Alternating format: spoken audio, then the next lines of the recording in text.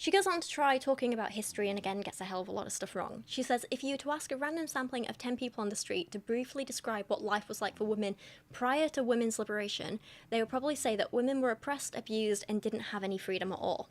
They might say women could not have careers, own property, or choose their spouse, and that they were trapped in abusive marriages, raped by anyone and everyone, including their husbands, and forced to give birth on a continuous basis until they died in childbirth.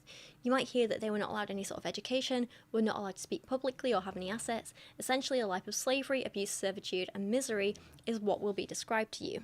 And she's like, but this is all delusional. Women actually had it really damn good. But I'm not sure who she thinks is saying this, because it's not feminists. Feminists will happily point out that yes, there absolutely was oppression in the past, but that it was different for different people. Different people had very different lived experiences, and some were happy even when oppressed, and some were unhappy even with minimal oppression, and vice versa, and so on, whatever.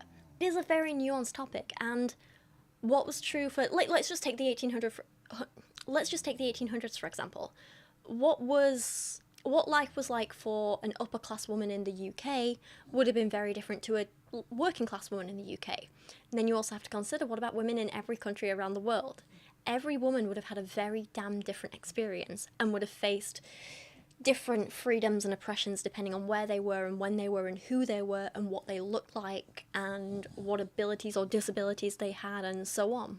She wants to make out that there was never really any oppression, and it's just a conspiracy theory that feminists will tell you, and that women weren't actually oppressed. But she's forgetting that, while yes, some women didn't have it so bad, because, you had literal queens, right? Ooh, they couldn't possibly be oppressed, could they?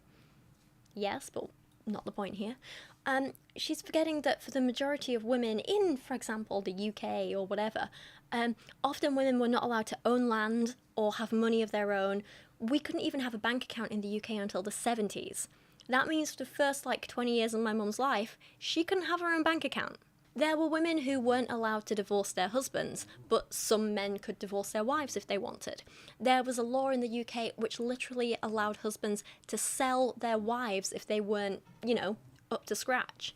Sure, you might want to go back to the good old days, but did you know back in the 1800s it was totally common and okay for a man to literally sell his wife when he got fed up of her? The last case of this was actually in 1913. The idea of selling your wives was most common in the 1850s. One journalist at the time wrote a story of a butcher who dragged his wife to Smithfield Market with, and I quote, a halter about her neck and one about her waist which tied her to a railing, and he kept her there until he could sell her to another man for the price of 3 guineas and a crown. So yeah, let's maybe not go back to the good old days when we were just property to be bid on and sold. This didn't happen to all women, but it happened to some, and on a societal level, the law allowed this. That meant that systemically, women were treated as objects, like cattle or slaves to be bought and sold by men. Not every woman was literally oppressed by that, but there was systemic oppression against all women, and that's the difference. And sure, a lot of working class women were often allowed to choose their husbands and who they married and so on, but that wasn't the case for a lot of upper class women. Not all women were in abusive marriages or relationships, or not all women were raped, but the ones that were didn't have legal protection. Marital rape was legal. Women who were raped were often blamed for it, and the people raping them were never prosecuted or punished or stopped. Again, not every single woman was oppressed in that way, but the ones who were didn't have protection because of the systemic oppression. Not all women died during childbirth, but many did, because the healthcare just wasn't there for them. Getting legal, safe abortions or being able to take birth control was incredibly difficult for a lot of women, and because of this, many of them died. Not all, but some did, and the law wasn't protecting them. The healthcare system wasn't protecting them. Things don't have to have affected every single woman for it to be systemically oppressive. Working class women have always worked, but upper class women often weren't allowed to. Neither the upper or working classes had a choice in the matter, and it's that lack of choice which is down to systemic oppression.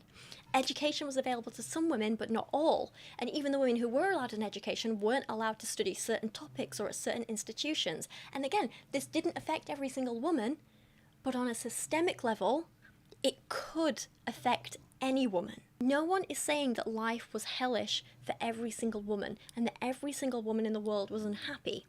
But what we do know is that there was a systemic oppression of women which stopped women have the choice and freedoms that we thankfully have today.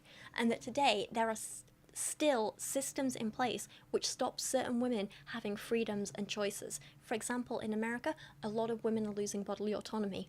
In especially countries like America, the healthcare system is incredibly biased against women of colour, which means that they don't get their pain taken seriously. They get less, lower quality healthcare. More women of colour are dying in childbirth and of what should be treatable diseases than any other group.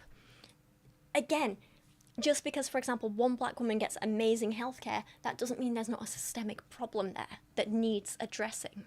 I don't think Rachel fully understands what systemic oppression is and what we mean when we talk about that. I don't think she understands what a lot of feminists are fighting against on a macro scale, you know? She's one of these people who's more like, well, if it doesn't affect me, then it can't be happening, and she forgets to look at the bigger picture.